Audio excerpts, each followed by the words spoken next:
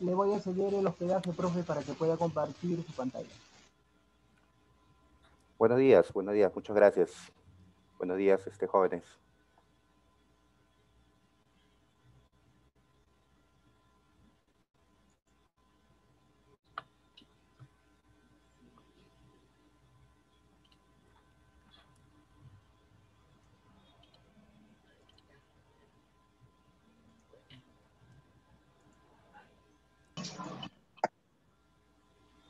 Ya le copio nomás.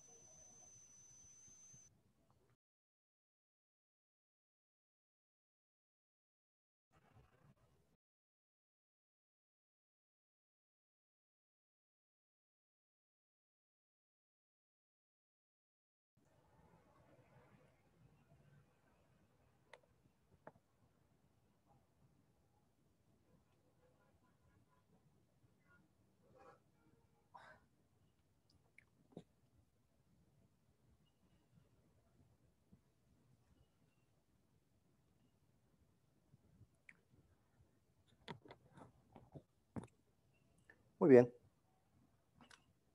siendo ya las 8:05, vamos a dar inicio, jóvenes. Nuevamente mis saludos a todos ustedes.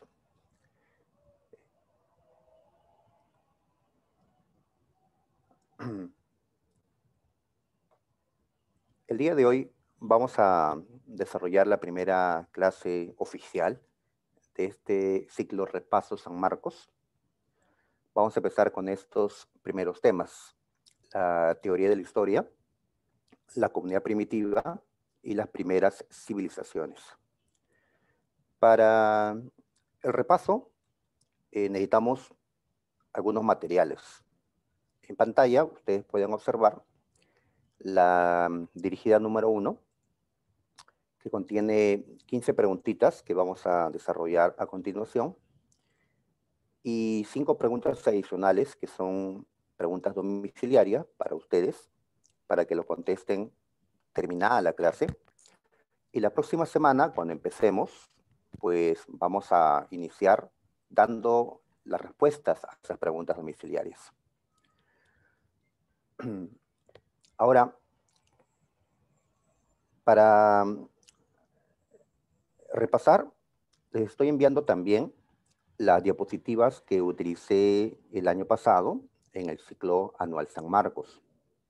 Si han revisado en intranet, en la semana anterior, semana de miscelánea, de introductorio, les les adjunté unos apuntes para justamente la clase de hoy. ¿Ya? Si revisan ahora el intranet, pues van a encontrar un archivo sobre los temas que vienen, para que ustedes puedan estudiar para la próxima semana. ¿Qué viene la próxima semana? Pues viene Grecia, Roma, India y China. Así que desde ya, ¿no?, vayan repasando todo esto. Muy bien, chicos. Entonces, así vamos a trabajar. ¿Ya? Esperemos que nos vaya bien. Esperemos que nos sirva todo esto. y que pues tengamos éxito en nuestro examen de admisión del mes de abril. Muy bien, chicos. Entonces, si es que todo está bien, iniciamos. ¿Alguna preguntita de entrada? ¿Alguna duda? ¿Ninguna? Ninguna. Muy bien. Ahí está la primera pregunta. A ver, me escriben que no tienen las diapositivas. Uh-huh.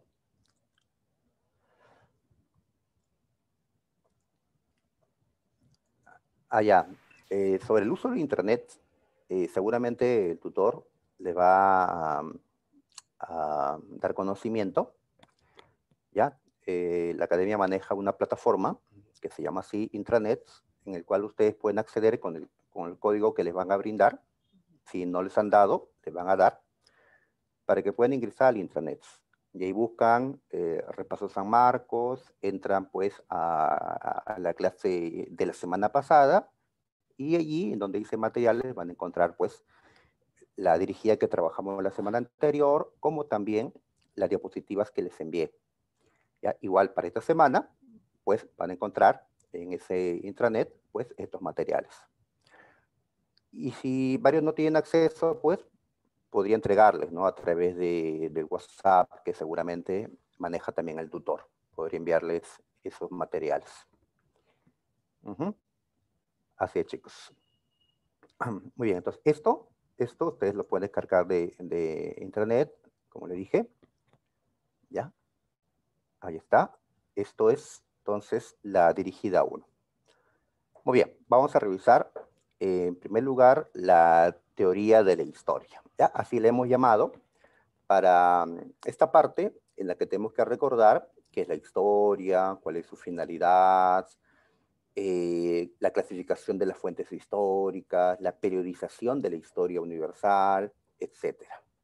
¿Ya? Muy bien, entonces en la pregunta 1 nos hablan de fuentes. En la 2 nos hablan de una disciplina auxiliar. Allá,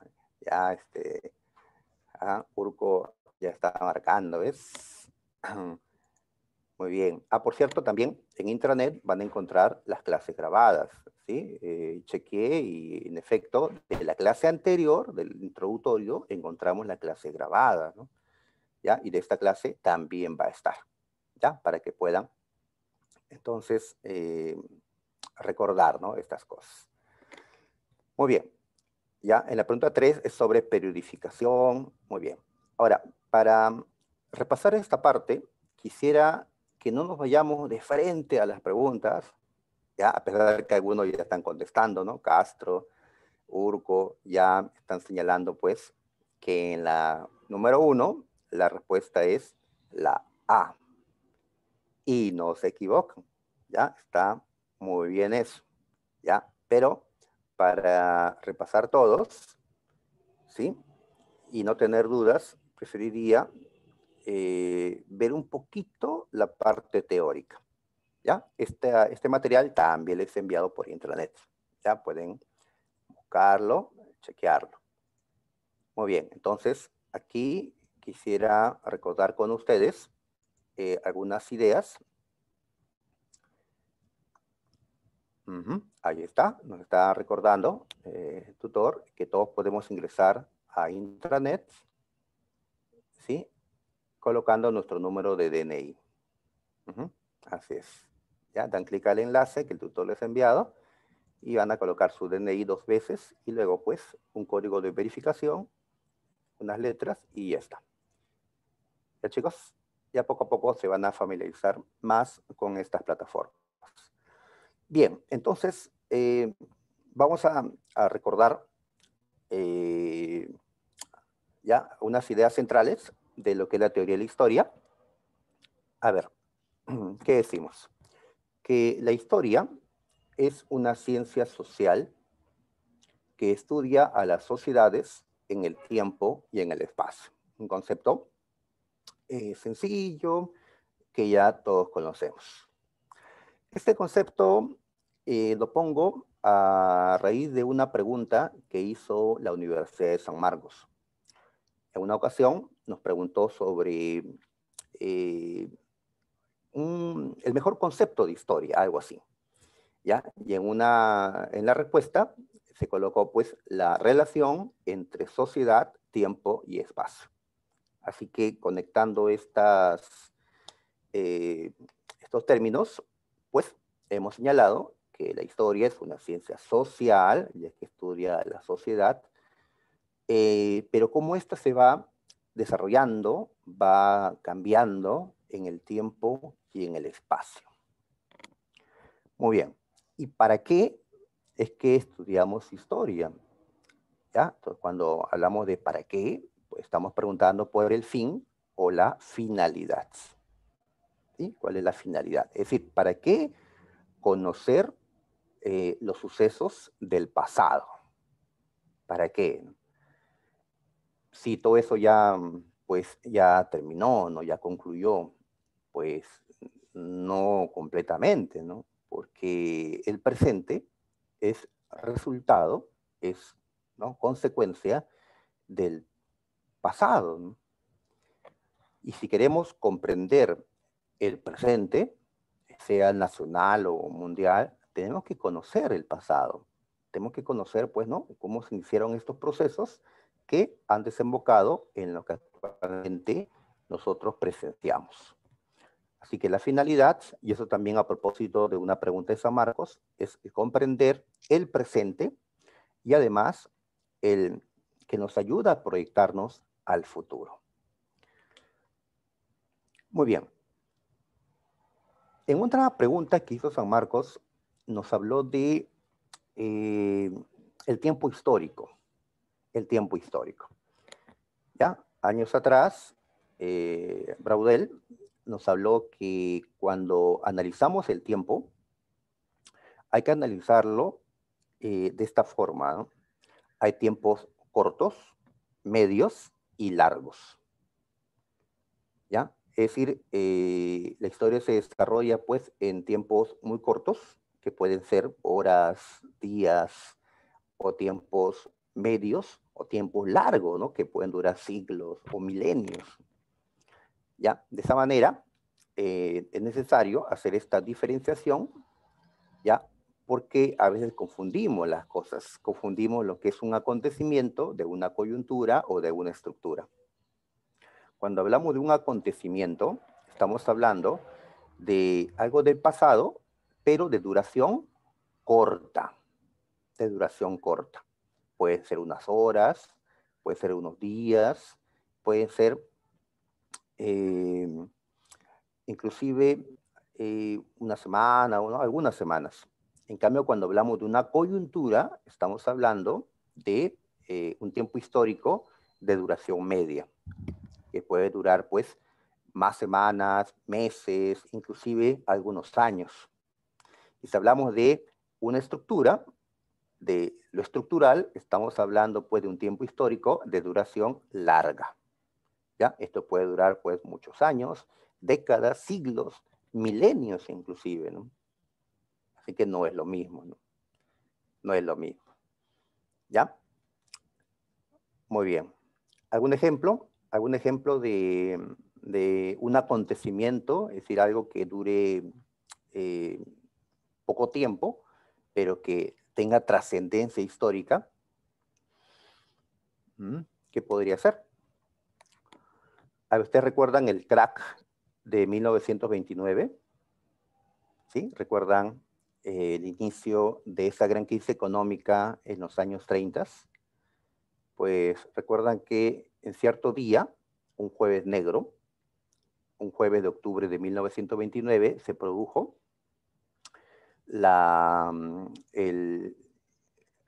una caída en la Bolsa de Valores de Nueva York. Entonces, eso que ocurrió en un día, pues le llamamos un acontecimiento, un tiempo de duración corto. Ya, pero si hablamos de otro proceso que dure más tiempo, a ver, me están anotando algún ejemplo. La muerte de Luis XVI. allá, la muerte del rey de Francia cuando se dio la revolución de 1789. Claro, su decapitación, que se produjo pues, ¿no? En cierta hora, cierto día de 1792, entonces es un acontecimiento, ¿no? Es un tiempo de duración corta. Así es, ya. Pero la revolución en sí, la revolución, esos 10 años en que se produjeron más decapitaciones y levantamientos populares y cambios en la política, en la sociedad, en la economía francesa, vendría a ser, pues, un tiempo de duración media, ¿no? Vendría a ser la coyuntura. La coyuntura. ¿Ya? ¿Y qué vendría a ser estructura? Pues vendrían a ser aquello que permanece más tiempo, ¿ya? Por ejemplo, el sistema feudal.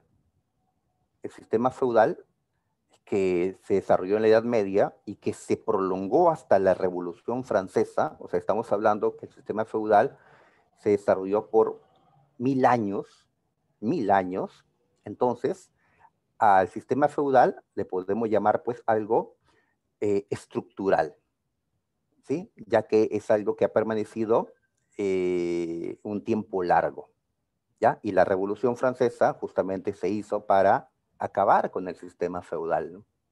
Y construir un nuevo sistema que llamamos el capitalismo, que vendría a ser otro elemento estructural. ¿Está bien? Entonces, no es lo mismo hablar de la decapitación de Luis XVI, un acontecimiento, hablar de la revolución, un aspecto coyuntural, ¿no? Que se prolongó en esa década de finales del siglo XVIII, a hablar pues, del sistema feudal o el sistema capitalista que se extienden a lo largo del tiempo. ¿Ya? San Marcos ya nos preguntó por el tiempo histórico. San Marcos nos ha preguntado por lo coyuntural. En nuestro tiempo, por ejemplo, lo coyuntural sería esta pandemia, ¿no? Que ya llevamos ya acercándonos al año y va a desarrollarse a lo largo de este 2021, ¿sí? Y va a continuar el siguiente año hasta que pues ya todo el mundo esté vacunado, ¿no? Ajá, así que nuestra coyuntura es esta pandemia, ¿no? Que ya estamos viviendo en su primer año, pero seguramente se va a extender a más.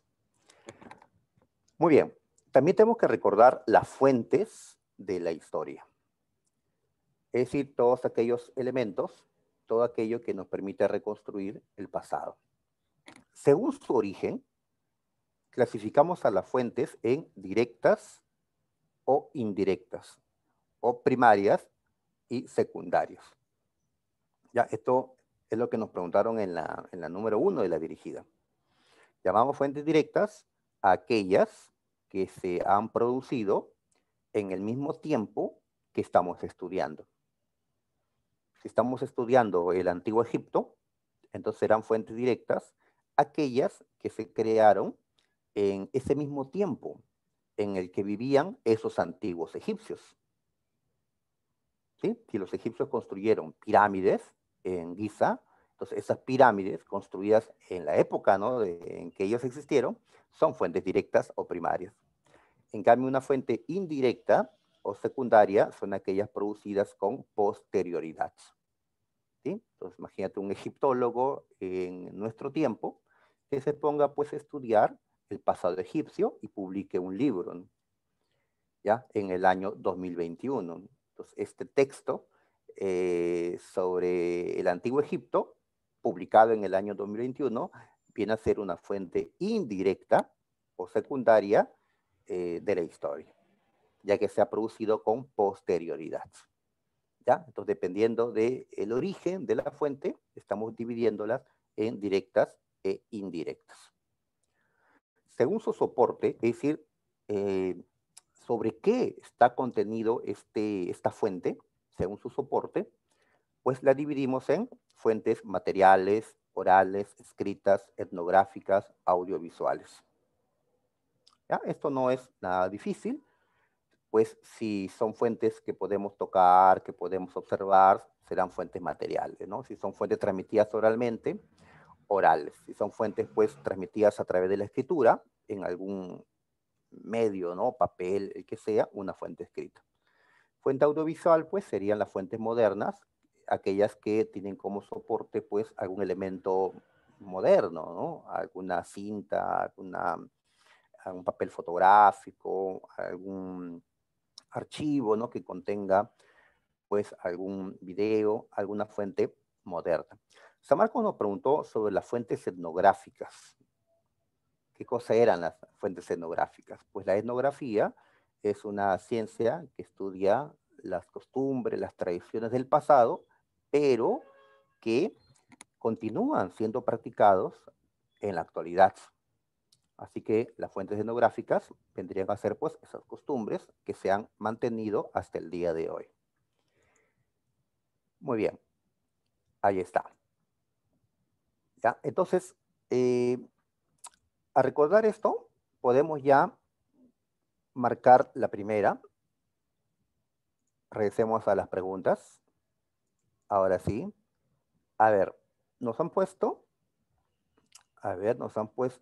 dice, ya primero nos explican qué cosa es una fuente. Y en la parte final colocan a la estela de Susa.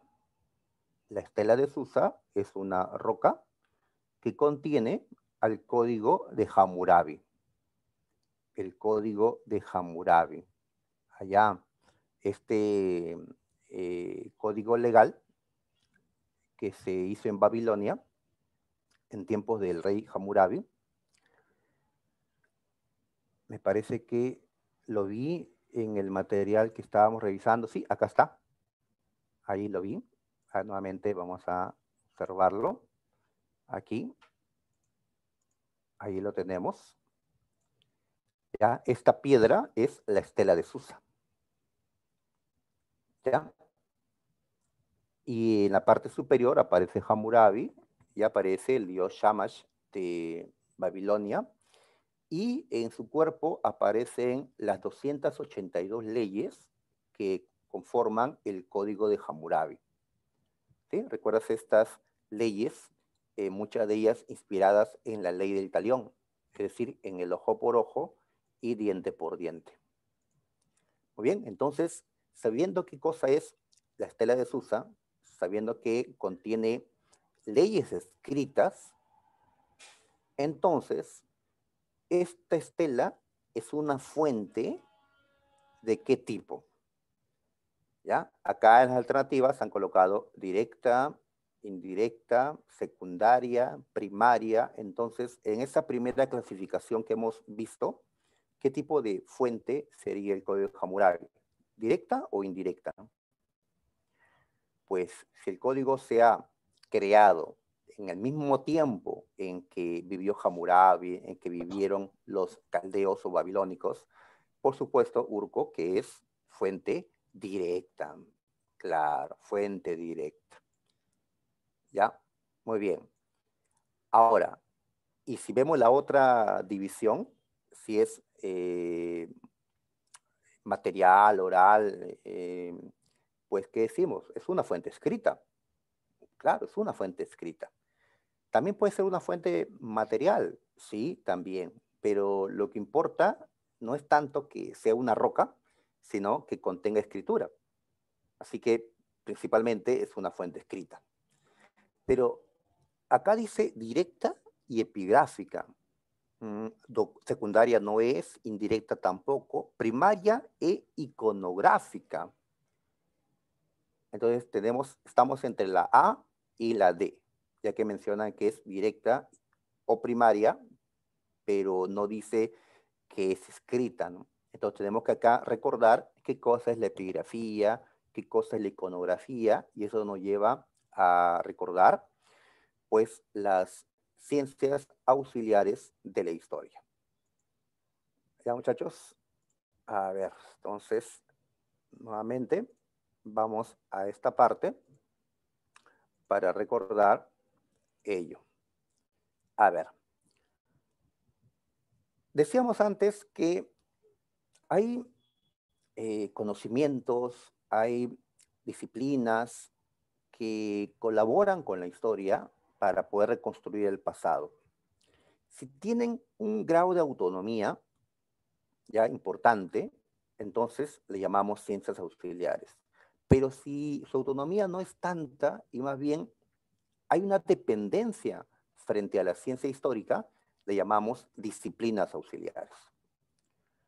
Entonces, en las ciencias hemos enumerado por acá varias de ellas. En sí, todas las ciencias colaboran entre sí, ¿no? Para el quehacer científico. Estamos destacando, pues, varias de ellas, ¿no? La arqueología, la antropología, la geografía, la cronología, etcétera. Y nosotros, pues, ya conocemos qué cosa estudia cada una de estas ciencias. Ya, ahí están. Y al costado, tal vez menos conocido, y por eso hay que recordarlo por aquí, están las disciplinas auxiliares. ¿Ya? Disciplinas auxiliares. Muy bien, la paleografía, epigrafía, numismática, genealogía heráldica, diplomática, iconografía, sigilografía, filatelia, y hay otras más, por supuesto. ¿Ya? Entonces aquí sí, como esto es, digamos, menos conocido que lo otro, pues tendríamos que recordar qué cosas estudian estas disciplinas auxiliares de la historia. ¿Ya? ¿Qué cosa es lo que estudian? A ver, tenemos a la paleografía. Paleo antiguo, grafía escritura, pues estudia la escritura antigua, ¿no? Cómo esta escritura ha evolucionado. Pero también tenemos a la epigrafía, y esto fue pregunta de admisión de San Marcos. La epigrafía estudia inscripciones, escritura antigua también. Entonces, cuando nos ponen los dos, la paleografía y la epigrafía, tenemos que hacer esta diferencia. Es una diferencia ya tradicional, una diferencia ya antigua, pero que todavía se utiliza.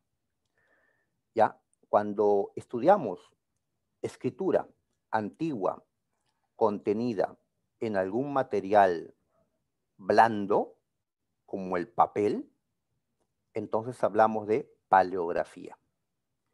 En cambio, si estudiamos alguna inscripción, ya escritura antigua, pero sobre un material duro, como puede ser, ¿no?, la pared de roca de alguna construcción, entonces estamos hablando de epigrafía. ¿Ya? Entonces, la diferencia que estamos colocando es sobre qué material está esa anotación, esa inscripción. Ya, si está sobre papel, sobre pergamino, sobre papiro, algún material blando, entre comillas, hablamos de paleografía. Pero si está, ¿no?, inscrito, pues, en la roca, en el metal, en algo duro, entonces hablamos de epigrafía. ¿Ya? Y así, más o menos, fue que vino en una pregunta de San Marcos sobre la epigrafía. Cuando nos hablaba de inscripciones, sobre monumentos, entendiéndose pues sobre las paredes de las construcciones. ¿Y eso qué nos dice? Epigrafía. ¿Ya? Ahí está, epigrafía. ¿Sí? Por ejemplo, acá observamos en un muro, observamos jeroglíficos. Entonces, ¿esto qué viene a ser? Pues viene a ser epigrafía. En cambio, acá observamos, ¿sí?, otra escritura antigua, parece griego, ¿ya? Sobre papiro, al parecer, un material blando. Entonces, ¿qué disciplina va a estudiar esto? La paleografía. ¿Ya? Entonces, podemos colocar acá paleografía, epigrafía. Muy bien. Tenemos a la numismática, ¿sí?, que va a estudiar las monedas antiguas. Ahí vemos una moneda al costado, ¿sí? Ahí mencionan Augusto. Allá, esta es una moneda, dice César Augusto, allá en tiempos del primer gran emperador que tuvo Roma. la numismática, estudia las monedas antiguas. Por acá vemos un árbol genealógico donde está la familia de Carlos V, logro leer. ¿Sí? Carlos V está casado con Isabel de Portugal, hijo de Juana la Loca y Felipe el Hermoso. Más allá están los reyes católicos, sus abuelos maternos. Entonces, acá hay un árbol genealógico para estudiar, pues, la línea sucesoria de la monarquía española entre el siglo XV y XVI. Entonces, eso es genealogía. Genealogía. Por acá vemos un escudo. ¿Reconoces ese escudo? El escudo, claro, es conocido. Lozano quería decir de San Marcos, ¿no? Claro, de San Marcos.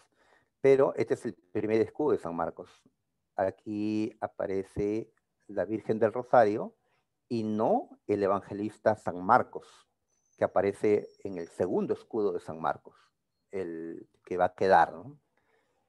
¿Ya? Entonces, si vamos a estudiar los escudos antiguos, como el primer escudo de la Universidad de San Marcos, pues entonces estamos recurriendo a la heráldica. ¿Sí? A la heráldica. Muy bien.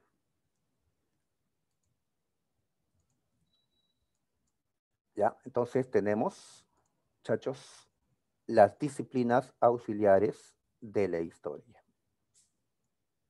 ¿Ya? La heráldica.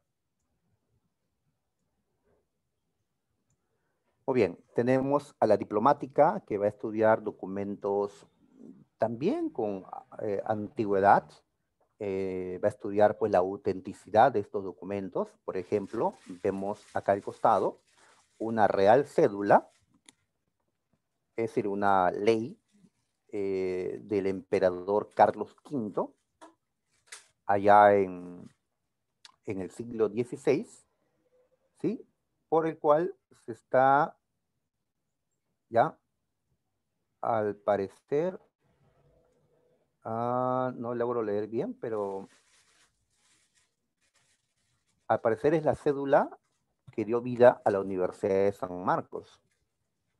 Entonces, para saber si esta real cédula del siglo XVI es auténtica, pues utilizamos a la diplomática.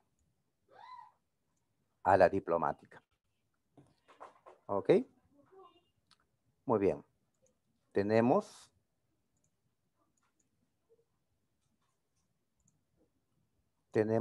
entonces a la iconografía. Esto también vino en San Marcos. ¿Qué cosa es lo que estudiaba la iconografía? Sabemos que los iconos son pues los dibujos, las imágenes. Y eso en Historia del Perú, pues lo van a utilizar bastante, ¿no? Por ejemplo, acá, si llegas a reconocer, hay dos guerreros que se están enfrentando, ¿sí? Es una lucha ritual que se dio en tiempos de la cultura, ¿sí? ¿Reconocen la cultura? La cultura, ¿m? Por estos cascos lunares, por esta indumentaria, creo que lo reconocemos, ¿no? La cultura moche. Muy bien, entonces la cerámica nos da información, o los murales moche nos da información sobre su sociedad. Estamos estudiando no escritura, ¿no? Sino imágenes, iconografía. Y así la sigilografía, vamos a estudiar los sellos antiguos, con la filatelia, pues estas estampas, esas estampillas del pasado, etcétera. Muy bien, entonces recordando esto, vamos a regresar a lo que estábamos viendo. Vamos a regresar y ahora sí, marcamos ya tranquilamente. A ver, nos hablan del código Hammurabi. Hemos dicho que es una fuente directa, ¿ya? O primaria, pero también es epigráfica o iconográfica. ¿Qué contiene el código? ¿Imágenes, dibujos o contiene escritura? Pues escritura, ¿sí? Claro, entonces vamos a marcar la A. ¿Sí? Hace rato dirán, ¿no? Hace rato. Muy bien, pues estamos yendo paso a paso, recordando ya estas cosas. ¿Por qué es una fuente epigráfica el código Hammurabi? ¿Ya? ¿Por qué? Porque, ¿ya? Es una inscripción sobre una piedra, esta estela de Susa o este código Hammurabi. ¿Y qué es la epigrafía? Pues aquella disciplina que estudia inscripciones sobre rocas, sobre algún soporte duro. ¿Ya? Muy bien, no puede ser iconográfica, ¿sí? No puede ser, porque la fuente iconográfica se refiere a otro tipo de cosas, ¿no? Imágenes, como un mural en la Huaca de la Luna, en la cultura moche, donde pues podemos observar esos guerreros que están enfrentándose. Eso sería una fuente iconográfica, pero como esto es escritura, una fuente epigráfica. Y si el código estuviera sobre papel, escrito en papel, entonces sería una fuente paleográfica, porque ya el estudio que se hace allí es la paleografía, no la epigrafía, por el soporte que es distinto, un soporte blando. En la 2 es sobre lo mismo. Nos mencionan que la paleografía, heráldica, etcétera, son disciplinas auxiliares, ¿ya? Es decir, son técnicas que ayudan a la investigación histórica. ¿Cuál es la importancia de la numismática? A ver, Castro nos dice que es la C. Ya, a ver, la C, a ver, vamos a ver. Recordamos que la numismática va a estudiar monedas antiguas. Monedas antiguas, ¿ya? Entonces, cuando sabemos eso, tenemos dos opciones. ¿Ves? Algunos están ya mencionándome que puede ser la B. La B y antes dijeron la C. ¿Ya? La pregunta no es tanto qué es la numismática, sino cuál es su importancia. ¿Ah? Hay que ver que la pregunta va por otro lado. ¿Sí? A ver, no puedo decir ni la A ni la D, porque en la D están hablando de la importancia de la historia en sí, de la ciencia histórica.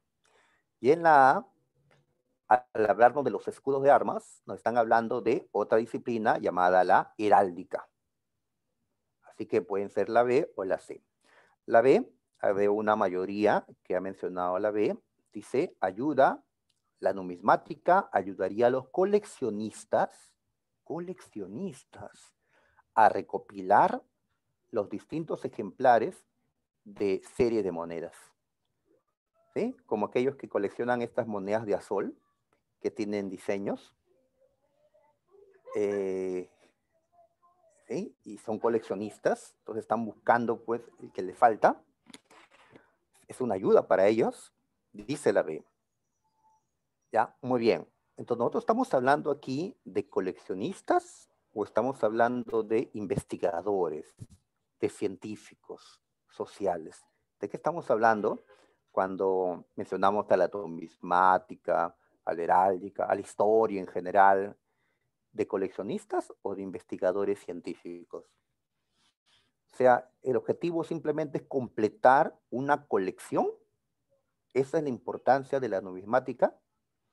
Entonces, hay que diferenciar la numismática, que es una disciplina científica, ¿ya? Es el estudio en sí de las monedas antiguas, de la simple actividad de coleccionar monedas, ¿ya? Que no es lo mismo, ¿no? Muy bien, y si estudiamos las monedas del pasado, ¿eso en qué nos sirve? ¿En qué nos ayuda? Pues a través de ese estudio podemos tener conocimiento sobre los intercambios comerciales. ¿Por qué las monedas bizantinas, ya, los bizantinis, estuvieron no solo en Constantinopla, en el Imperio Bizantino, sino en muchos otros territorios, inclusive fuera del Imperio Bizantino? ¿Por qué encontramos sus monedas en diferentes zonas? Ah, porque era una divisa en ese tiempo. Es decir, era una moneda de uso internacional. ya que en la Edad Media Constantinopla dominó buen tiempo el comercio entre Europa y Asia, entre Europa y África inclusive. Entonces, eso nos permite tener un mayor conocimiento sobre los intercambios comerciales, sobre la economía de los pueblos del pasado. Entonces, la C es una respuesta pues más adecuada a lo que nos están preguntando. ¿Sí, chicos? Entonces, me voy a quedar con la C. ¿Ya? Así es. ¿Ya? Entonces, de acuerdo con lo que mencionaron, Urco, Castro, Tello, la C. ¿Ya? Muy bien. Recuerden que puedan haber dos posibles respuestas. Hay que saber diferenciar, ¿no? Hay que tener un criterio para ver cuál es la respuesta más adecuada. Y nuevamente, la alternativa que nos quiere distraer o nos quiere confundir va antes que la correcta, ¿no? Normalmente, ¿no? Así utilizan, así frecuentan los profes que hacen preguntas, ¿no? Colocan en la A, en la B y la respuesta va después. Normalmente, ¿no? No siempre. Muy bien. Entonces, ya hemos recordado esta parte. También en la 3 ahora tenemos que recordar las periodificaciones históricas. Esto es sencillo, sí, es sencillo, pero de todas maneras vamos a chequearlo, ¿ya? A ver. Aquí.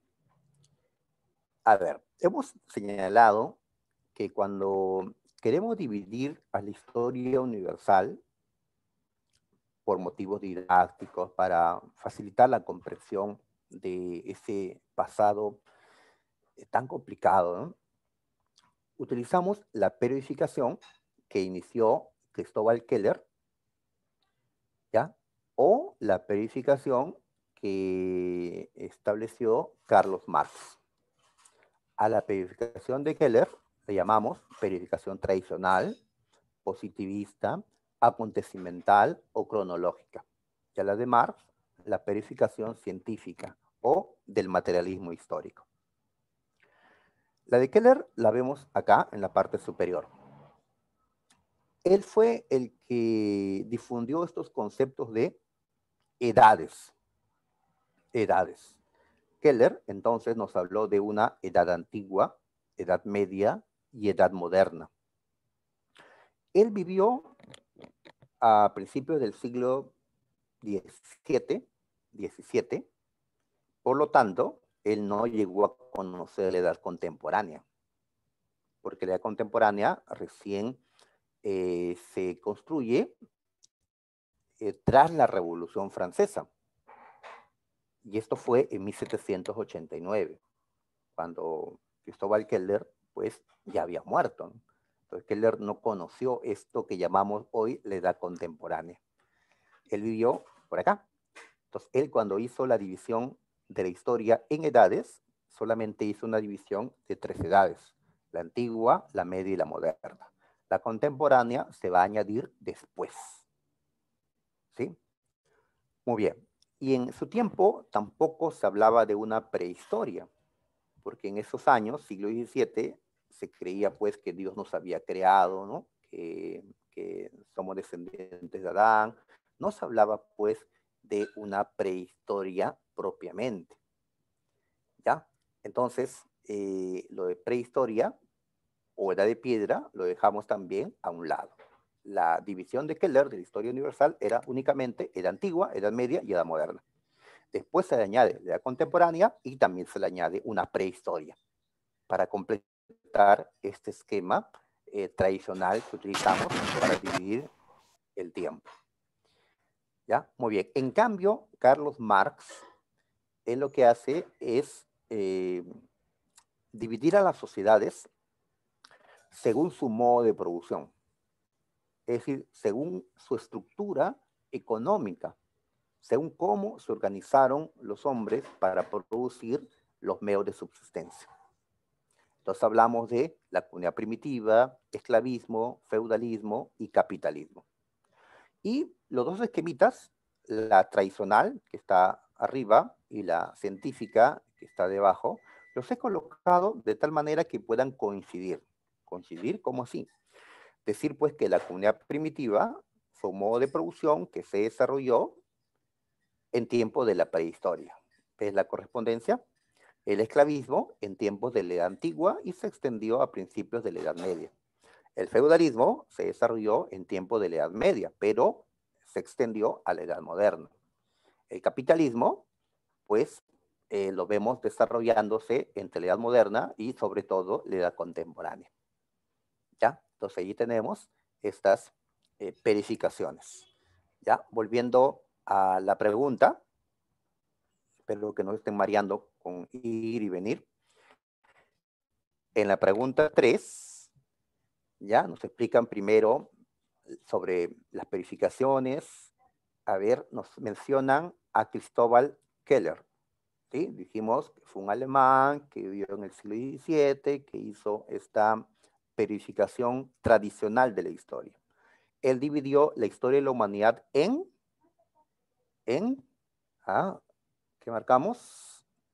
A ver, los chicos dicen la C, por supuesto, la C. Claro, Lozano, Urco, Ángelo. La C. Era antigua, media y moderna. Ahí está. En cambio, comunidad primitiva, esclavismo, eso corresponde a Marx. A Marx. Y en la A, edad de piedra, edad de bronce, edad de hierro, esto es la llamada periodificación tecnológica de un tal Thomsen, ¿sí? Como suena Thomsen, Christian Thomsen, que es el que estableció esta división, ¿no? Sobre los materiales que usaron en su desarrollo tecnológico los hombres. Primero la piedra, luego el bronce, luego el hierro.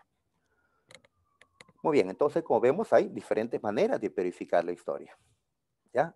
Y en sí las utilizamos todas, ¿sí? Solo que hay que tener, pues, ¿no? El recuerdo de quiénes son los que empiezan a hacer este tipo de periodificaciones. Muy bien, vamos a continuar. A ver, la pregunta 4 nos lleva ya a lo que fue la hominización. Hominización. Nos explica que es el proceso evolutivo de adaptación de los homínidos que permitió el surgimiento del género humano. Y en alternativas aparecen los sapiens, los erectus, los habilis, los neandertalensis, las especies, digamos, aceptadas por la comunidad científica, las 4 especies tradicionales, digamos. ¿Ya? Entonces quisiera también para responder la 4 y seguramente la 5 y ahí siguientes, también recordar rápidamente aquello que hemos estudiado, pues, ¿no? El año pasado, o hemos repasado, ¿no? Para poder estar en esta clase, ¿no? Hemos venido repasando, ¿no? Por algo el ciclo se llama repaso. Repasan ustedes en casa, repasamos juntos aquí y repasan después, muchachos, para que no se nos borre nada. A ver, aquí recordamos a la hominización, proceso de cambios a nivel biológico y a nivel psíquico. ¿Sí? En lo biológico, pues, va a cambiar nuestro cuerpo. A nivel psíquico, pues, nuestra mente. Va a haber un gran desarrollo cerebral.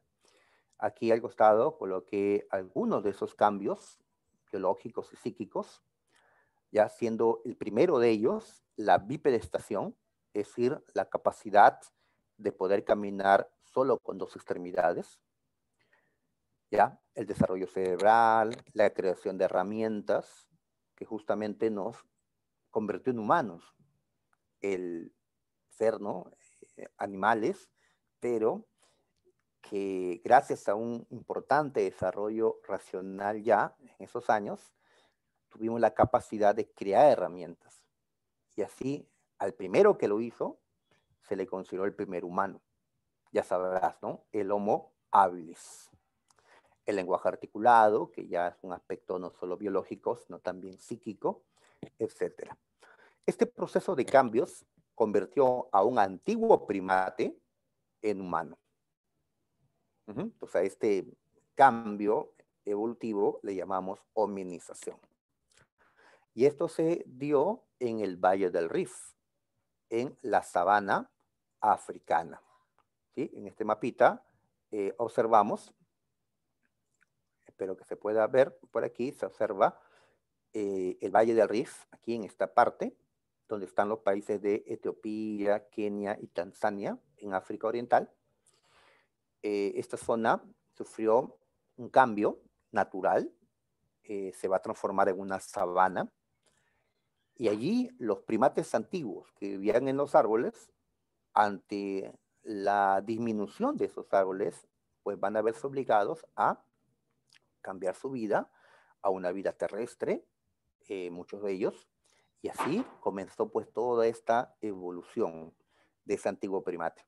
Con el tiempo adoptaron el bipedismo y así ya todos los demás cambios. Muy bien, entonces esto se dio inicialmente en el Valle del Rift como respuesta a cambios en la naturaleza.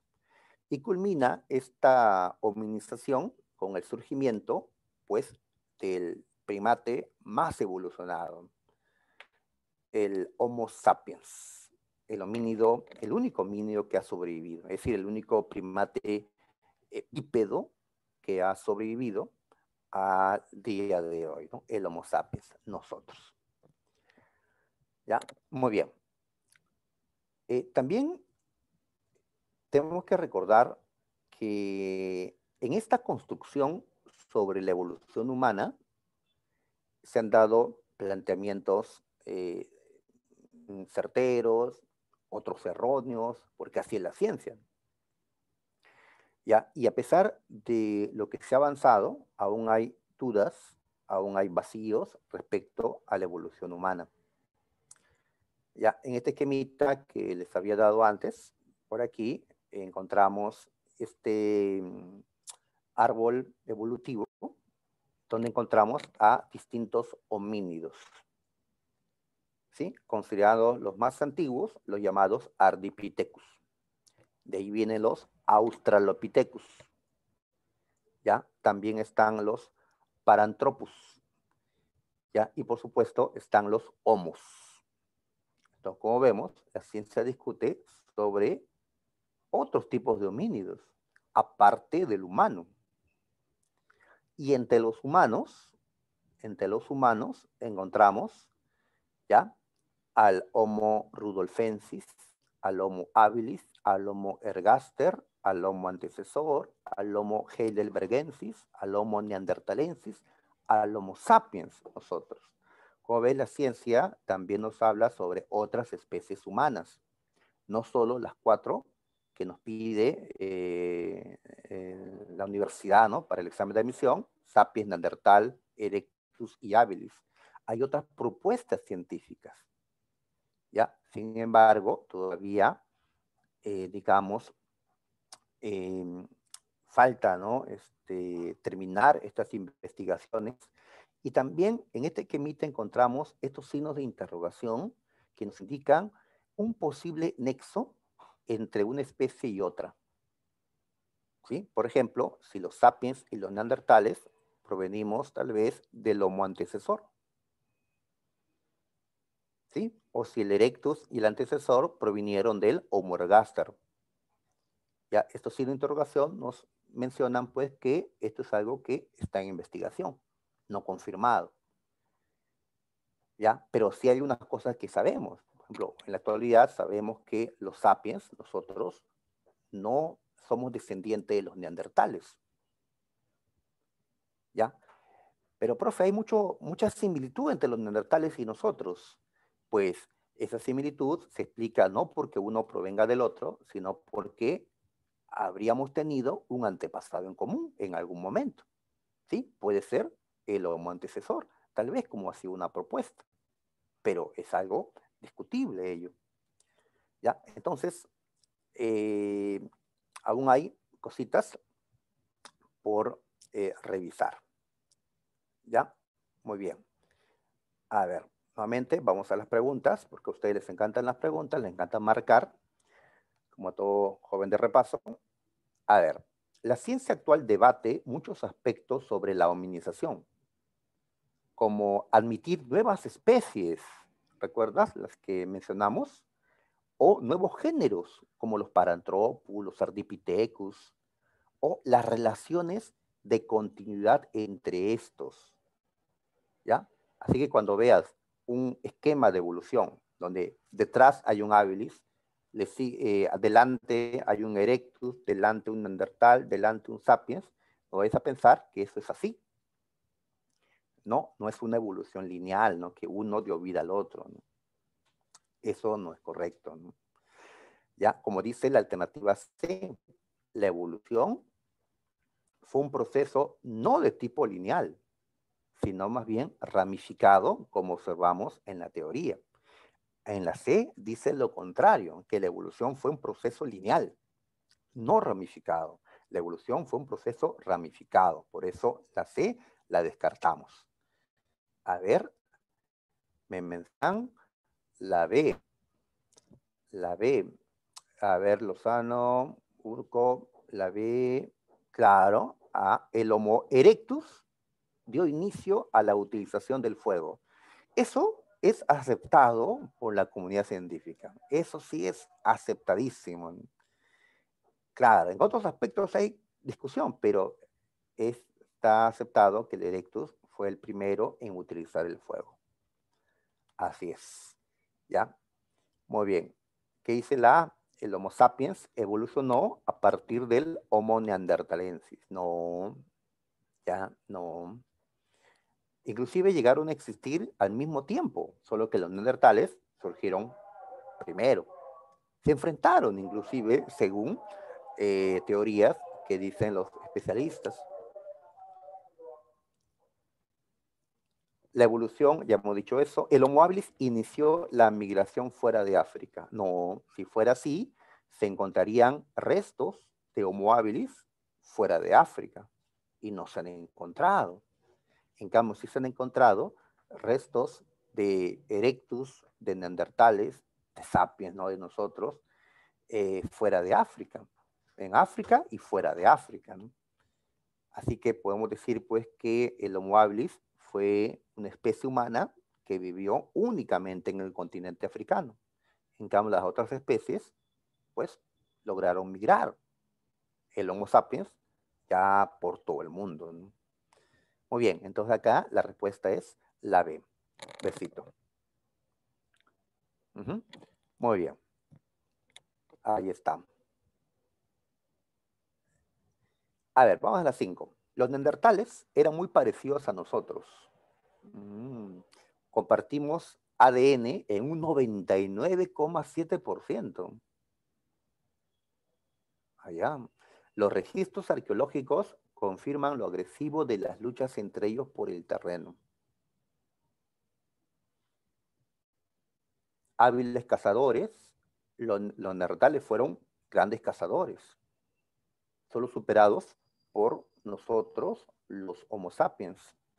Dice, los neandertales, hábiles cazadores, resistieron a la expansión del Homo sapiens durante 100.000 años.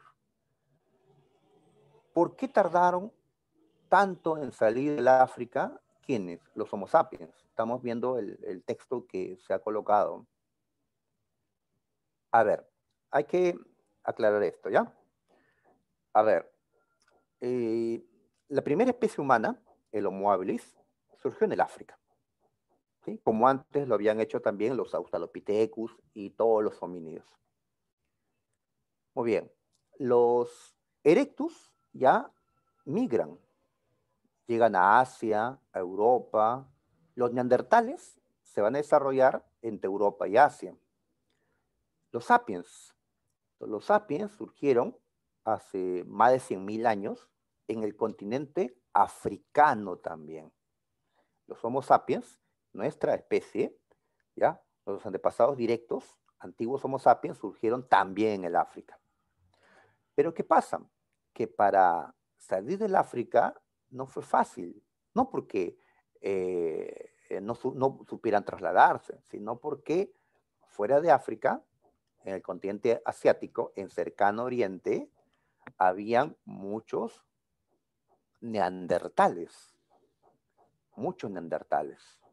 Entonces dice que los neandertales resistieron a la expansión del Homo sapiens. Los Homo sapiens querían expandirse fuera de África, ¿ya? Pero en cercano Oriente, ¿ya? Habían pues neandertales que van a resistir al Homo sapiens. ¿Por qué van a resistir? Porque son competencia, competencia por el alimento, porque van a cazar a la misma presa, competencia, ¿ya? Entonces, esa resistencia de los neandertales explicaría, según el texto que estamos viendo, el por qué los sapiens demoraron en salir del continente africano. Dice, los neandertales ya estaban prosperando en Europa y en Asia, mientras que los sapiens habían surgido en el África y querían expandirse por el mundo. Hasta que la situación cambió a favor de los sapiens. Quizás, dice el texto, fue la invención de armas arrojadizas, más avanzadas como el arco y la flecha, superior a la lanza de los neandertales, lo que permitió a este delgadito sapiens, delgadito porque se considera que los neandertales no eran más altos que nosotros, pero sí eran más robustos, más, ¿no? Más robustos. Pero ese delgadito Homo sapiens supo eliminar a los robustos neandertales valiéndose la distancia, allá, pues a flechazo, ¿no? ¿Ya? Pero crear ese tipo de arma, el arco y la flecha, pues significó una inteligencia superior también, ¿no? Superior a la de los neandertales. Entonces, habiendo leído ese texto, ¿qué podemos concluir correctamente? A ver, me parece que ya están dando respuestas. La C, a ver, la C, que dice, nuestra especie, los Homo sapiens, surgieron en África, correcto. Y para expandirse por el mundo, ¿sí? Para salir a Asia, luego Europa, América con el tiempo, tuvieron que acabar con los neandertales. Pues tuvieron que abrirse paso y para eso tuvieron que enfrentarse. Entonces, el autor del texto nos habla de un choque entre estas dos especies. Sí, correcto. Entonces, marcamos la C. Es lo que nos están planteando en el texto. Claro. En cambio, en la A hablan del Homo habilis y para nada nos han mencionado al habilis. En la B dice que los neandertalenses y los sapiens son muy parecidos, pues pertenecieron a la misma especie. Ah, no, no, no, son especies diferentes. Antes se creían que eran la misma especie, por eso les llamaban Homo sapiens neanderthalensis y Homo sapiens sapiens. Pero como eso ya ha quedado atrás, como actualmente ya no los consideramos la misma especie, les llamamos Homo neanderthalensis y Homo sapiens simplemente. Eso ya no. Los neandertales no tuvieron industria lítica. ¿Cómo que no? Si tallaban la piedra, tenían puntas para sus lanzas, tenían. No tenían desarrollo racional, pero sí eran inteligentes los neandertales. Una inteligencia superior a cualquier otro ser en la Tierra, excepto frente al Homo sapiens, que sí era pues superior, ¿no? A él. Entonces, en efecto, nos quedamos con la C.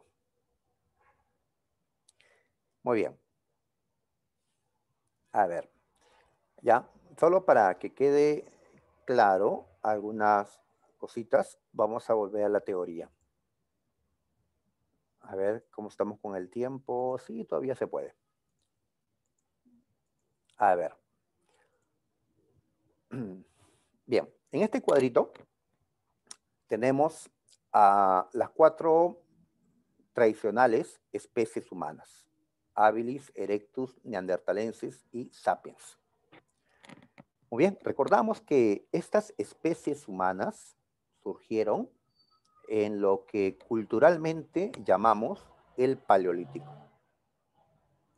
El Paleolítico es una época cultural, es un periodo inicial de la existencia humana y el más largo, por cierto, ya que el Paleolítico duró más de 2 millones de años.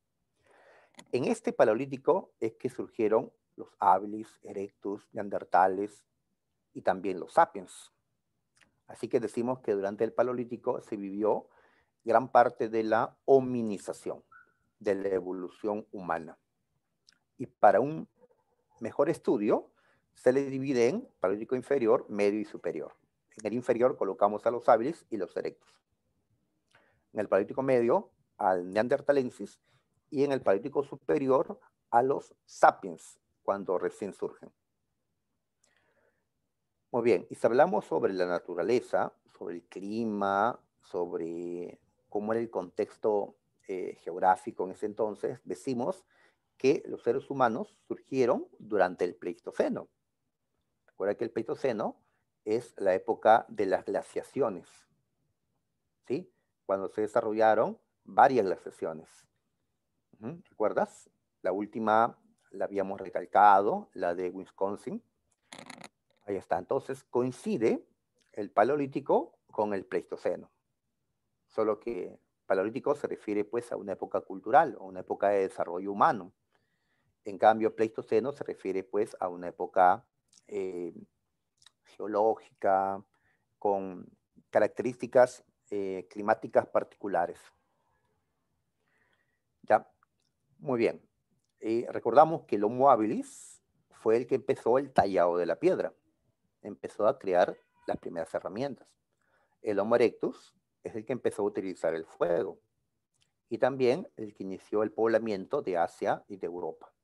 Ahora aquí, tal vez encuentres en tus investigaciones que fue el Homo ergaster el que inició el poblamiento fuera de África. ¿Ya? Sin embargo, esto todavía es algo discutible.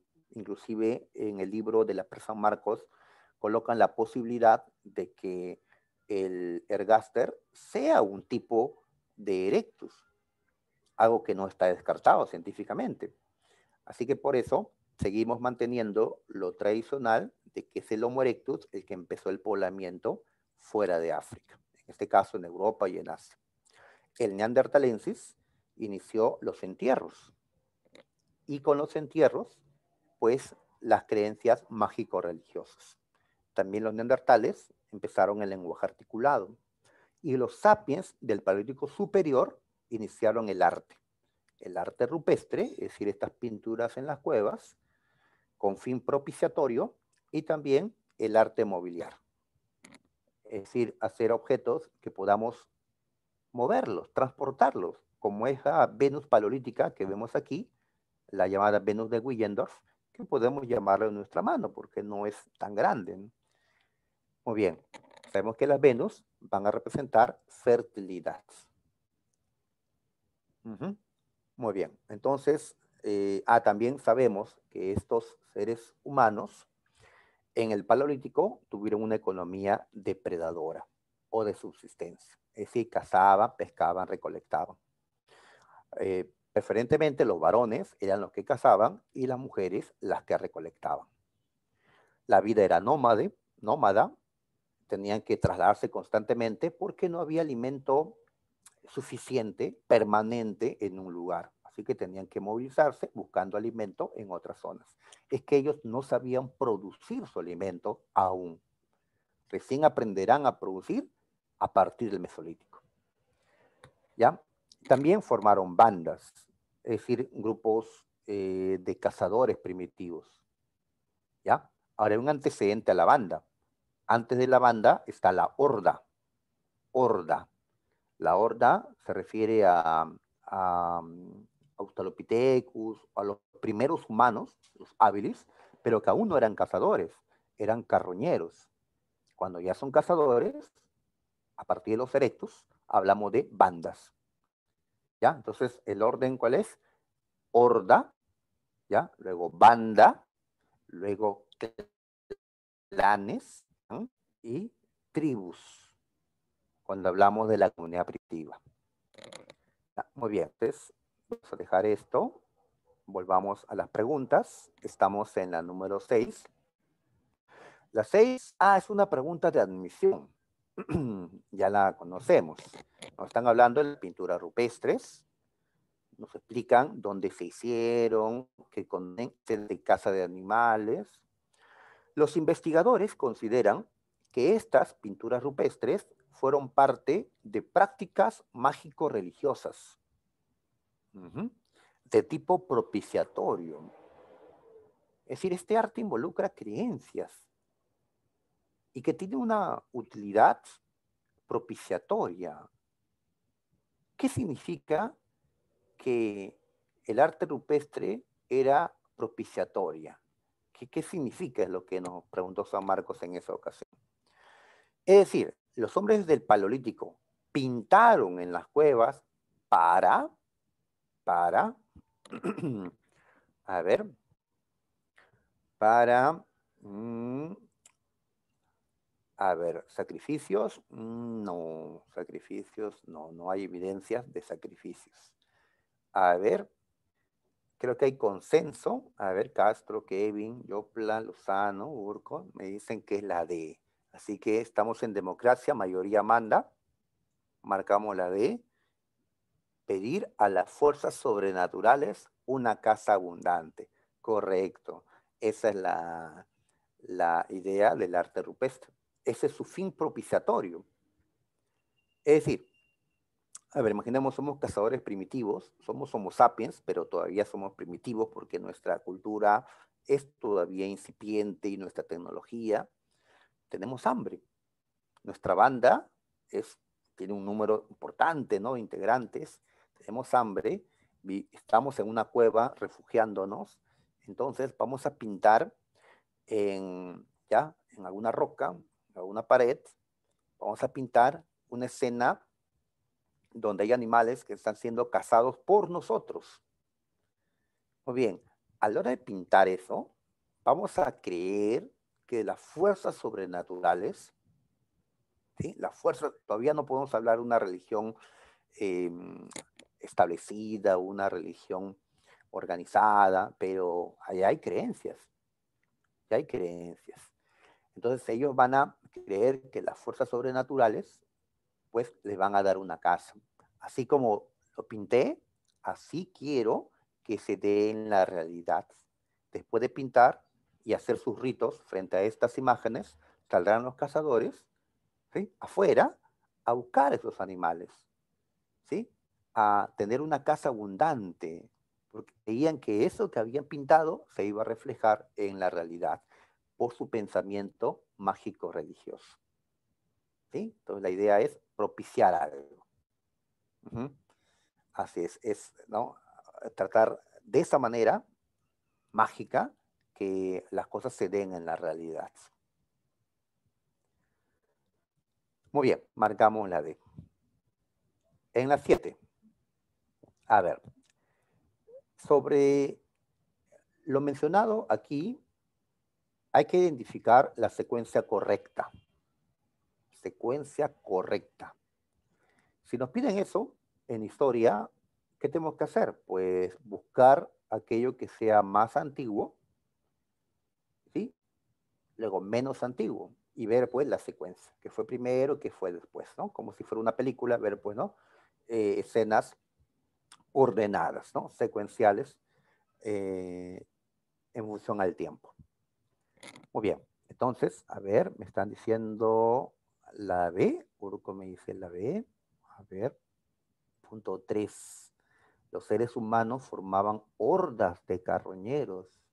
Ah, esto sí, puede ser lo primero, porque recuerdas, los erectus, neandertales, sapiens, formaron bandas de cazadores.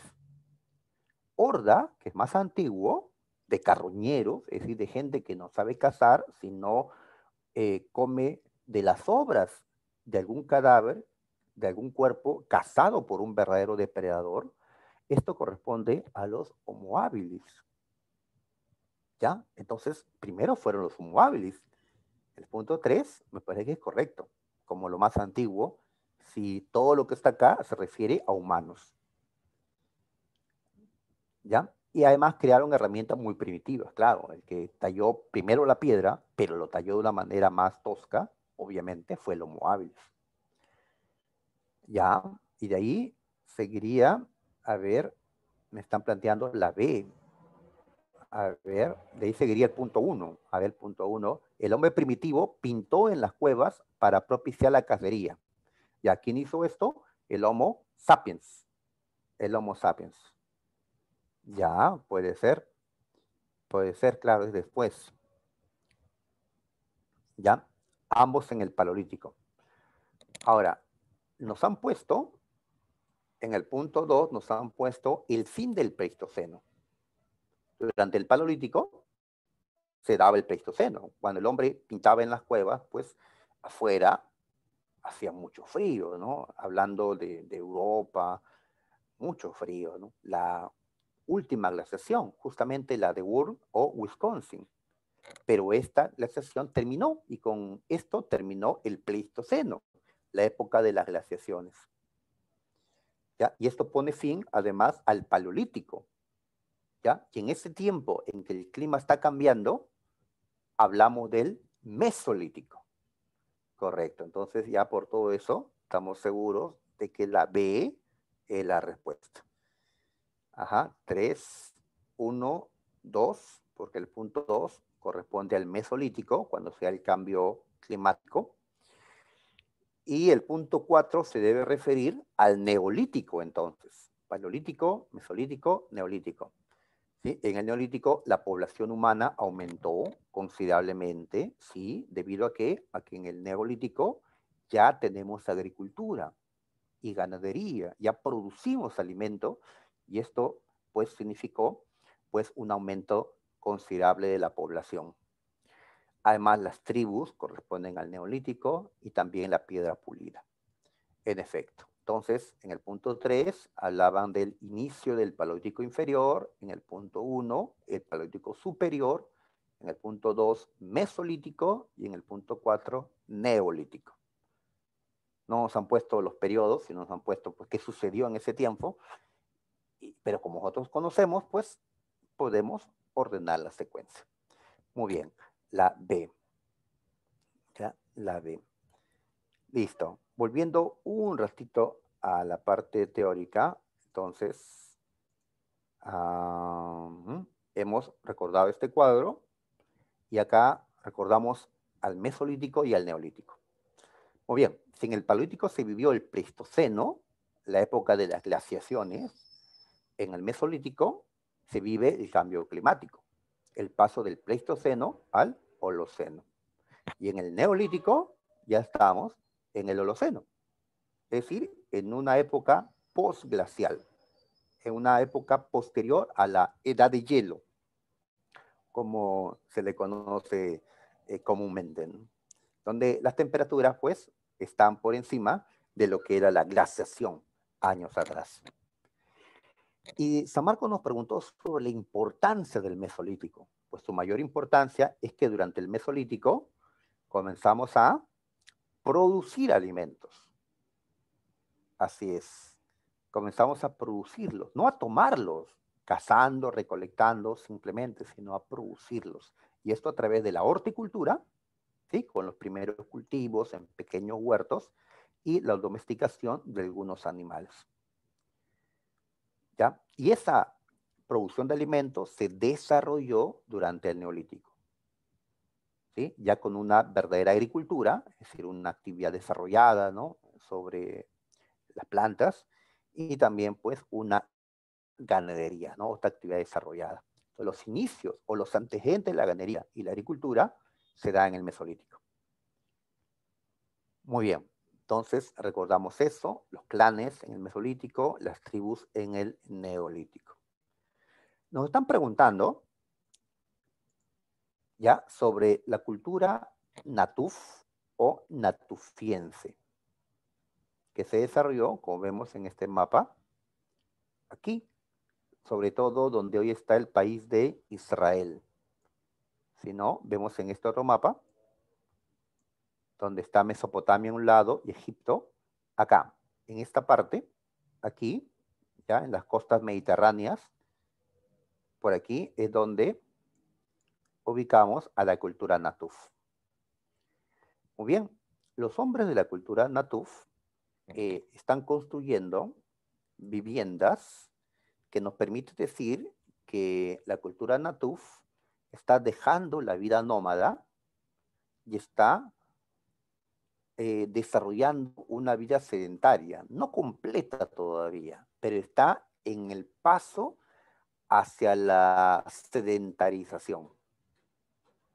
¿Y eso a qué periodo corresponde?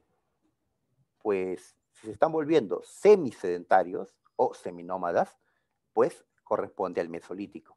Entonces la cultura Natuf ya nos pone evidencias sobre lo que estaba ocurriendo en el Mesolítico. ¿Ya? Muy bien, entonces vamos a esa pregunta.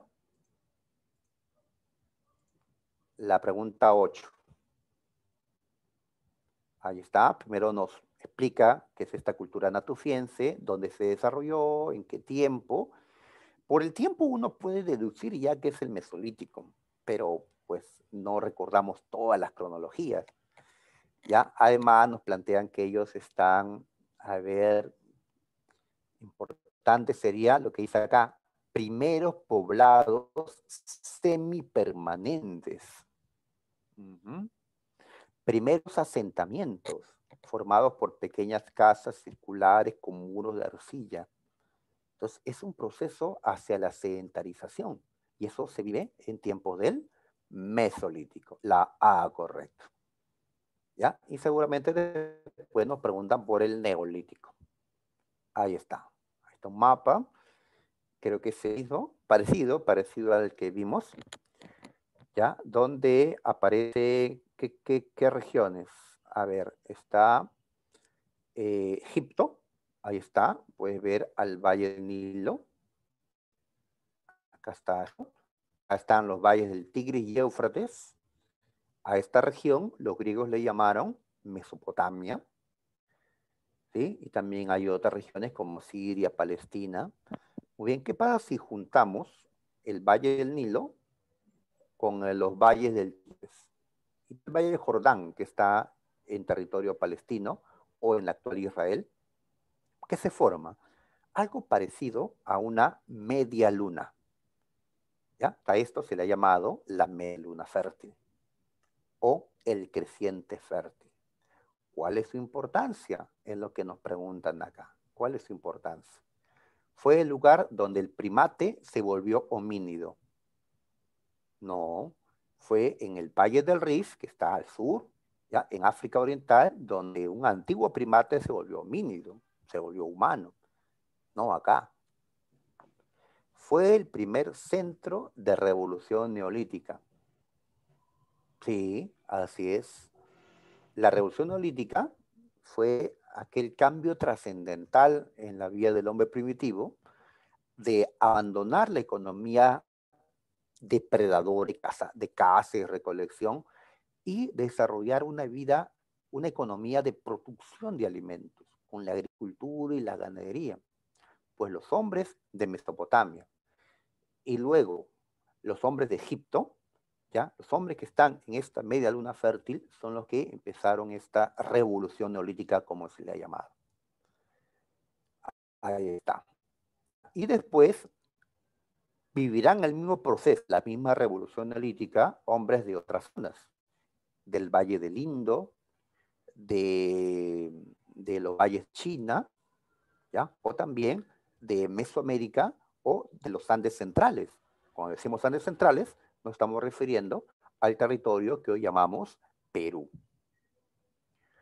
¿Ya? Pero el centro originario, el primer centro donde se dio esto fue en la media luna fértil. ¿Ya? Así es. Y dentro de la media luna fértil fue Mesopotamia donde empezó esto. Mesopotamia o cercano oriente. Muy bien. No es la cuna de la humanidad. La cuna de la humanidad es África, hemos dicho. Fue donde se inició la comunidad primitiva. Pues la comunidad primitiva empieza con el hombre. Por lo tanto, la comunidad primitiva empezó en el África. Acá sí empezó la civilización. Las primeras civilizaciones están justamente en Mesopotamia y en Egipto, pero no la cuna de la humanidad. Por eso la C no es correcta. ¿Ya? Esta parte de civilización es correcta, pero no la parte de cuna de la humanidad. Muy bien, nos quedamos con la B. A ver, 10. Ya, entonces estamos revisando varios periodos Paleolítico, mesolítico y neolítico, todo junto es la edad de piedra. Pero después viene la edad de bronce, la edad de hierro, y a eso les, ¿sí? Pasamos de la piedra como materia prima para hacer herramientas a metal. Correcto. ¿Ya? Muy bien. A ver, entre estos periodos, hay que colocar acá el nombre de un periodo y encontrar su característica, ¿no?, correcta. Entonces, si colocamos aquí paleolítico, pues en el paleolítico se dio la evolución humana, se dio la economía de subsistencia, se dio la vida nómada. Tiene que haber correspondencia entre las dos cosas que vamos a colocar. Así que veamos si hay correspondencia. En la A dice edad de cobre. La edad de cobre viene a ser la transición del neolítico, es decir, la última parte de la edad de piedra, con la edad de bronce, es decir, la edad de los metales. Una transición. Durante la edad de cobre, ¿fue que se desarrolló la economía monetaria? No. La moneda comenzó a utilizarse después, en la llamada edad de hierro. Edad de hierro. El neolítico, a ver, acá pone un neolítico, se caracterizó por el desarrollo de la esclavitud. No, no hay esclavitud en tiempos del neolítico. La esclavitud recién lo encontramos en la edad de bronce o en la edad antigua. ¿Ya? Con el neolítico, a pesar que ya surgieron diferencias sociales, aún no podemos hablar de esclavitud. La esclavitud corresponde a las civilizaciones, no a las comunidades primitivas como las del neolítico. La de hierro, acá colocamos la de hierro, corresponde a las primeras formas de escritura. No, las primeras de escritura, la escritura jeroglífica o la cuneiforme, que son las más antiguas, corresponden a la edad de bronce. Entonces, la respuesta tiene que ser la última, ya que hemos descartado todo. A ver si es cierto. En la edad de bronce se desarrolló la revolución urbana. Es correcto. Llamamos revolución urbana a este cambio en la sociedad de la antigüedad, en la cual pues los hombres comenzaron a habitar cada vez más en ciudades, en urbes. Y para eso, obviamente, requiere la construcción de urbes. Construcción que vemos, pues, por ejemplo, en los inicios de Mesopotamia, ¿no? Cuando los sumerios construyeron ciudades. Marcamos. Muy bien. A ver. Entre el cuarto y el tercer milenio antes de Cristo surgieron en el Tigris, es decir, en Mesopotamia, y en el Nilo, es decir, Egipto, las más antiguas civilizaciones. Estas primeras civilizaciones compartieron varios elementos en común. Allá, todas las primeras civilizaciones de Mesopotamia y de Egipto tuvieron elementos en común. Hay que identificar cuál no.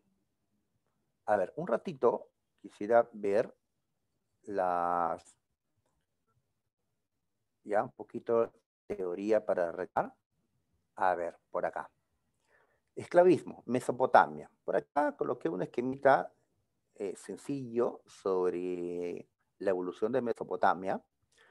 Y nos hablan que, a ver, por acá, miren, acá tenemos a la edad de bronce y a la edad de hierro. ¿Qué significa esto? Que las primeras civilizaciones que habitaron en Mesopotamia, los sumerios, los acadios, hasta el primer imperio babilónico, utilizaron el bronce en sus instrumentos y armas. Y solo a partir del imperio asirio y luego el segundo imperio babilónico ya utilizan el hierro. ¿Por qué? Porque ellos al inicio desconocían el hierro. Conocían el bronce, más no el hierro. Pero unos invasores, los hititas, que fueron los primeros en trabajar el hierro, invadieron Mesopotamia y de esa manera introdujeron el hierro. Entonces, en la historia de Mesopotamia podemos ver dos partes, ¿no? ¿Ya? Una Mesopotamia bajo la edad de bronce y otra Mesopotamia bajo la edad de hierro. Lo mismo podemos decir con Egipto. En toda la primera parte de la historia egipcia se vivió una edad de bronce. Este final, desde el Imperio Nu, es que vemos una edad de hierro en Egipto, ya que se considera que los Hicsos, que fueron unos invasores al territorio egipcio, son los que llevaron el hierro a Egipto, que al inicio no lo conocían. Entonces, en los inicios de Egipto y en los inicios de Mesopotamia, ¿qué material se utilizó para sus armas y herramientas? ¿La piedra? Ya no, ¿no? Bueno, para construir todavía Egipto lo hará, ¿no? Pero para sus armas ya no va a utilizar. Más bien va a utilizar el bronce. Y justamente eso que hemos visto, los inicios de Egipto y Mesopotamia corresponden al cuarto y tercer milenio antes de Cristo. ¿Ya? Entonces, ¿qué compartieron ellos? Estratificación social, sí, es decir, que hay gente pues que ocupa, que tiene privilegios, que tiene más propiedad privada, y gente que no, hay una sociedad, ¿sí? Creativa, diríamos en la actualidad. Utilización de forma de escritura, claro, tuvieron escritura. Escribimos a sus inicios, tuvo la escritura cuneiforme. El manejo hidráulico, así es, ellos canalizaron las aguas del río Éufrates, Tigris, Nilo, ¿m? Pero lo que usaron inicialmente fue el bronce, no el hierro, ya que nos están hablando de las primeras civilizaciones de Mesopotamia y de Egipto. Así que, correcto, correcto, señorita Carla, la A, ¿sí? Ya que piden excepto. Cuando les pregunten excepto o cuál no, ¿ya? Yo prefería que ustedes lo subrayen para que no se les olvide, pues, qué es lo que les están preguntando, ¿sí? Porque a veces caemos en un error por no fijarnos, ¿sí? Muy bien. Dos, a ver, en la historia de Mesopotamia, a ver, tengo que dar la errada correcta sobre los periodos mesopotámicos. A ver, entonces, rápidamente vamos a hacer ese recordatorio, ¿ya? A ver, entonces, ¿cuáles son esos periodos? A ver, resumiendo, tenemos estos 5 periodos. El periodo sumerio, ¿ya? Cuando aún faltaba unificación, cuando eran una suma de ciudades-estado, sumerias. Y en ese tiempo lo más importante es la creación de la escritura más antigua del mundo, la cuneiforme. De ahí viene el imperio acadio, ¿sí? Cuando Sargón I conquistó a los sumerios, ¿ya? Y la capital fue la ciudad de Akkad. Entonces acá ya hablamos de unificación de Mesopotamia, ¿ya? Pero este imperio cayó frente a los gutis. Más adelante se creó otro imperio unificado llamado el imperio babilónico, cuando Babilonia impuso su autoridad. Y ahí destacamos a Hammurabi y su código esclavista, código de Hammurabi. Pero este imperio cayó por la invasión hitita, ¿sí? La invasión hitita, ¿ya? Quienes trajeron el hierro. Más adelante se creó el imperio asirio, con capital en Nínive, ¿sí? Y aquí destacamos al rey Asurbanipal, quien llevó al imperio a su máxima expansión. Además creó la primera biblioteca, la de Nínive o Nínive. Y una vez cayeron los asirios por la invasión meda, hablamos del segundo imperio babilónico, normalmente fue la capital, y allí el rey Nabucodonosor II construyó los jardines colgantes de Babilonia. Y esta historia termina cuando los persas los invaden. Entonces, estamos recordando acá los periodos. Ya, volviendo a la pregunta que nos hicieron, a ver, en el periodo acadio, se creó el primer imperio de Mesopotamia. Eso es correcto. El imperio acadio fue el primer imperio en Mesopotamia. Los sumerios no crearon un imperio antes de ellos. Los sumerios vivieron en ciudades-estado, es decir, en ciudades independientes. Los acadios son los que primero unifican Mesopotamia, creando el primer imperio. Pero hay que leer toda la alternativa, ¿eh? Toda. A ver, producto, dice, de la destrucción total de las ciudades sumerias. Total. No, los acadios no destruyeron totalmente a los sumerios. ¿Ya? Tampoco destruyeron su cultura, al contrario, asimilaron la cultura sumeria. Los acadios van a escribir usando ya la escritura cuneiforme que viene de los sumerios. ¿Ya? Entonces, esta parte, la parte final, es la incorrecta. Por eso la A no va a ser. La B. En el imperio asirio se logró la máxima expansión. Correcto. Veamos la parte final. Producto de la guerra. Sí, eran tremendos guerreros los asirios.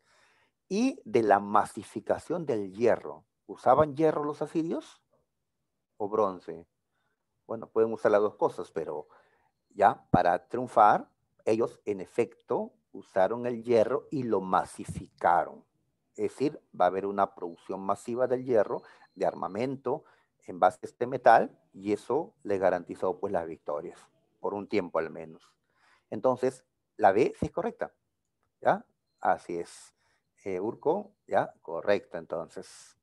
Muy bien. En el periodo del primer imperio babilónico, se crearon las primeras leyes escritas de Mesopotamia, gracias a la sabiduría de Hammurabi.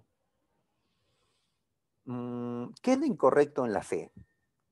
Parece correcto. Lo que pasa es que el código de Hammurabi no son las primeras leyes escritas. A mí me dijeron eso cuando yo estudiaba, ¿no? Pero eso fue ya hace muchos años. Sabemos hoy que antes del código de Hammurabi existieron códigos anteriores, como el código de Ur-Nammu, ¿ya? Código hecho por los sumerios. Pero el código Hammurabi, más bien, lo que hace es recopilar leyes antiguas de los sumerios, como este principio de talión, ojo, ojo, diente por diente. Así que no fueron las primeras, porque ya existen otras leyes escritas antes de la ley de Hammurabi. En el periodo sumerio se logró la primera unificación política, no, los sumerios no unificaron Mesopotamia, eso lo hicieron los acadios. 13. Mesopotamia es considerado la cuna de la civilización, sí, porque allí surgió la primera civilización, Sumeria. Los distintos pueblos que allí se asentaron aportaron elementos que hicieron rica esta cultura. A ver, vamos a marcar aquello que corresponda a aportes de Mesopotamia. Aportes de Mesopotamia. Si es de Egipto, lo descartamos. A ver, el arado, el trabajo del hierro y la escultura. A ver, vamos a descartar de la A, sobre todo, esto que dice el trabajo del hierro, porque el hierro no empezó a ser trabajado por los mesopotámicos.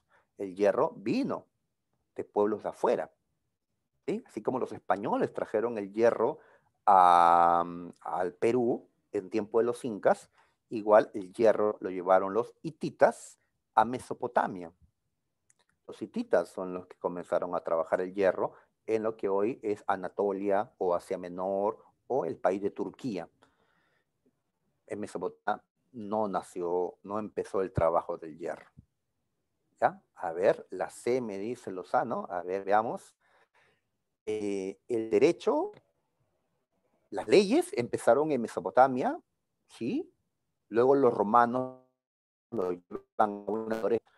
El calendario también empieza en Mesopotamia. El primer calendario, el lunar, nació en Mesopotamia, pero el monoteísmo no. La creencia en un solo Dios en Mesopotamia. Ellos son politeístas. Fueron los hebreos los que crearon la primera religión monoteísta, el judaísmo, pero ellos no son de Mesopotamia. Al menos no en su desarrollo, ¿no? A ver, me dijeron la C, correcto. La rueda, la escritura, la más antigua, la cuneiforme, la astronomía, sí corresponden, son aportes de Mesopotamia. La filosofía, no hay filosofía en Mesopotamia. Esto es más un aporte griego, ¿no? El alfabeto, un aporte de los fenicios. El bronce sí es de Mesopotamia, pero lo demás no. 14. Acá nos hablan sobre Egipto. ¿Ya? Muy bien, vamos a revisar por última vez la parte teórica para ver los periodos de Egipto. A ver, en un inicio, el predinástico, aún no hay faraones, no hay unificación, pero ya hay escritura, la más antigua, la jeroglífica. Después viene lo que llaman el Imperio Antiguo. Acá hay diferentes criterios, depende de los egiptólogos. La primera parte sería periodo tinita, donde se da la primera unificación con Menes. Luego ya viene el periodo menfita, cuando se construyen las grandes pirámides, Keops, Kefren y Miserinos. El Imperio Antiguo cae por la rebelión de los nomarcas, que eran los nobles provinciales, que no quieren estar subordinados al poder del faraón, pero después se unifica Egipto nuevamente, le llamamos Imperio Medio, donde la capital es Tebas. Mira, la primera fue Tinis, después Tebas. Cae la invasión de los Hicsos, los reyes pastores. Después, a los Hicsos se unifica, nace el Imperio Nuevo, con Tebas otra vez como capital. Y ahí destacamos a faraones como Tutmosis III, el de la máxima expansión, Gnosis IV, el que implantó el monoteísmo por un tiempo en Egipto, luego fracasó, a Ramsés II, que peleó contra los hititas en Kadesh, y se firmó el primer tratado de la historia, el Tratado de Kadesh, y así cayeron ante los asirios posteriormente, vino un periodo de crisis, hasta que los persas terminan con la independencia de esta sociedad. ¿Ya? También les estoy dejando aquí los aportes más importantes de Mesopotamia y de Egipto. A ver, yendo ya a las preguntas final, porque es que acabaría. A ver, entonces, ¿qué completamos? Los faraones de una ciudad, de una capital, destacaron por a ver, los faraones de Tinis destacaron porque unificaron Egipto por primera vez, y eso no dice acá. Los faraones de Tebas destacaron por varias cosas como la máxima expansión, pero acá no dice eso. Los faraones de Memphis son los que construyeron las pirámides de Giza o Gizeh, Keops, Kefren y Miserinos. La respuesta es la C. Avaris fue capital de Egipto cuando estaba dominada por los Hicsos, pero no corresponde a lo que allí se menciona. Y en la última pregunta, acá vemos esta imagen. A ver, cuando moría un egipcio, sobre todo alguien importante como este escriba, un escriba, ¿ya? Ahí está el nombre del escriba. Cuando lo enterraban con papiros. Y en estos papiros se contenían imágenes como estas. O sea, esto le llamamos el papiro de Hunefer. Ahí está, es una imagen muy conocida, una ilustración que nos permite entender la religión. Recordamos esto. Vemos que aquí vemos que el alma del difunto ha llegado al tribunal, al juicio de los muertos, dirigidos por Osiris, el dios Osiris, y esta alma está siendo acompañado por el dios Anubis. Lo reconocemos por su cara de chacal, ¿sí? Su cara de chacal o perro.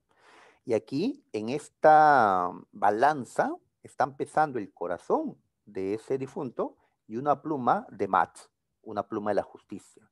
Si hay equilibrio, entonces el alma va a poder seguir existiendo, va a poder vivir en otro cuerpo y va a poder vivir eternamente. Si el corazón pesa más que la pluma, pues su alma será destruida. ¿Quién lleva las anotaciones? El dios Tot, el dios de la sabiduría, de los escribas, ¿ya? Y luego Horus comunica esto Iris, que está acompañado de Isis, su esposa. Y así lo que observamos aquí es el juicio de los muertos. El juicio de los muertos. ¿Qué hay ante esta imagen entonces? La respuesta es la D, el juicio de los muertos presidido por el dios Osiris. No por Anubis, Anubis con Osiris, pero no es el tribunal. Bien, muchachos, entonces, hasta el repaso de estos temas, ¿ya? Y le dejaría entonces para que puedan tomar su práctica.